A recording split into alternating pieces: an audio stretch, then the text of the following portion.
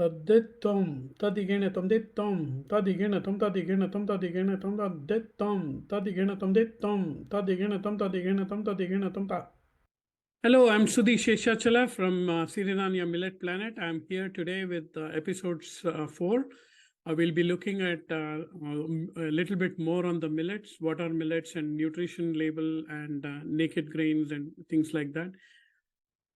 So, welcome to the new podcast, video podcast session. It is part of the balanced lifestyle. Balanced lifestyle leads to a positive life series. The disclaimer: consult a healthcare professional for personalized advice. So let's jump in here to the agenda. We'll look at what we reviewed at episode 2, more about millets, nutritional values, categories of millets, and the fiber, the last one, would be a topic for the next episode, simply because I want to limit my video content for like under 10 minutes based on the feedback that I have received.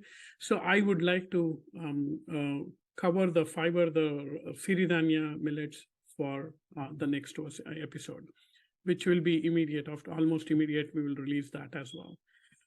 So what are millets? Millets are highly nutrition, fiber-rich, plant-based, vegan, gluten-free, making them easily absorbed by the body. They contain a whole range of micronutrients, everything.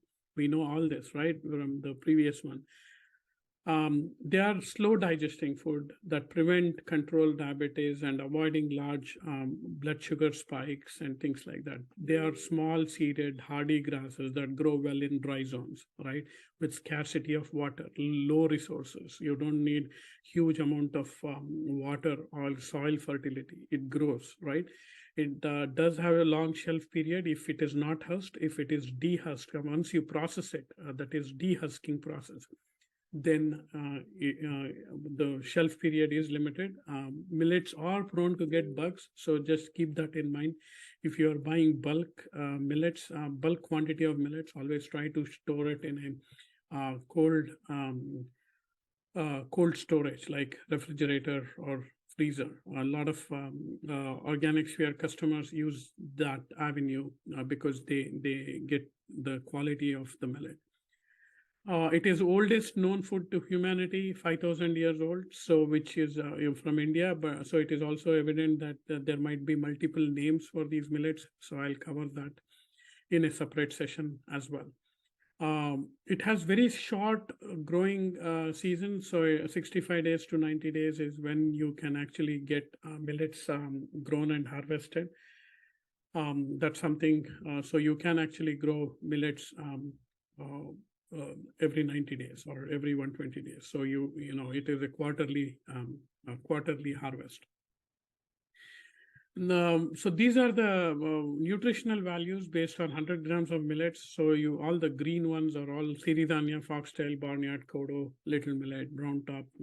Observe the carbohydrates and fiber ratio and see all the other micronutrients, iron, calcium, phosphorus, protein.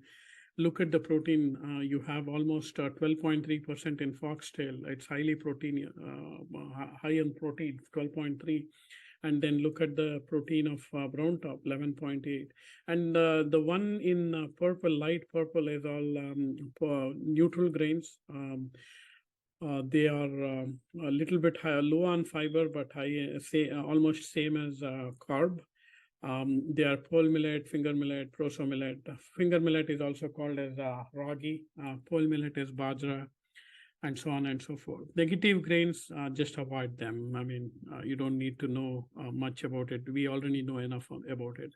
There are other positive grains as well. I mean, amaranth is one, oats, barley, teff, buckwheat. They're all other grains, whole grains, positive grains. They're usually rich in fiber, vitamins, and minerals with a low glycemic index. So think about it. Quinoa, they also mention quinoa as a grain, but it is actually a pseudo grain, something that I would talk in a separate video altogether. Then the next one is all about category of millets, like naked grains and husked grains. What are they? Naked grains are finger millet, jowar, sorghum, bajra, which lack a hard, indigestible husk. It does not have the husk, right? That's why it's called naked. So you just grow, process. You don't even need processing. Very minimum amount of process, clean and consume. Right, that's what the naked grains is. But husked grain, you have to dehusk it. So you have to dehusk it. All the five millets, Siridhanya, Kodo, Barnyard, Foxtail, Little, Brown Top, all of them needs to be dehusked. You remove the shell and then consume it. So the processing is there. So there are various types of processing. One is hard hand pounding. People used to do hand pounding, one popular method today is Bucci method, where it creates a lot of employment on the rural India, where they use regular mixers, but the blades are unsharpened and then used on the millets, so that the just the husk is removed. It is sharp enough to just remove the husk, and that's about it. And then you clean it, and then you can consume it. It's little laborious, but it is worth it because it keeps the nutrients, the outer brown layer of the millet, which is the most important layer, intact without damaging it. If you are using any machines, there is a risk of damaging the outer layer. Or it can get a little bit more polished. It can just get removed. So that's the most important part when you're considering processing of millets. So this is a short video. I'm going to cover the next one on the fiber, which is the 5 types of millets. Thank you. If you have not subscribed to our channel, please subscribe. If you have liked our channel and video, thank you so much. But good things needs to be shared. Share about our channel, popularize it. We need subscribers so that good things can be spread, and it will also encourage us to create more such videos in future. Thank you. Have a blessed day.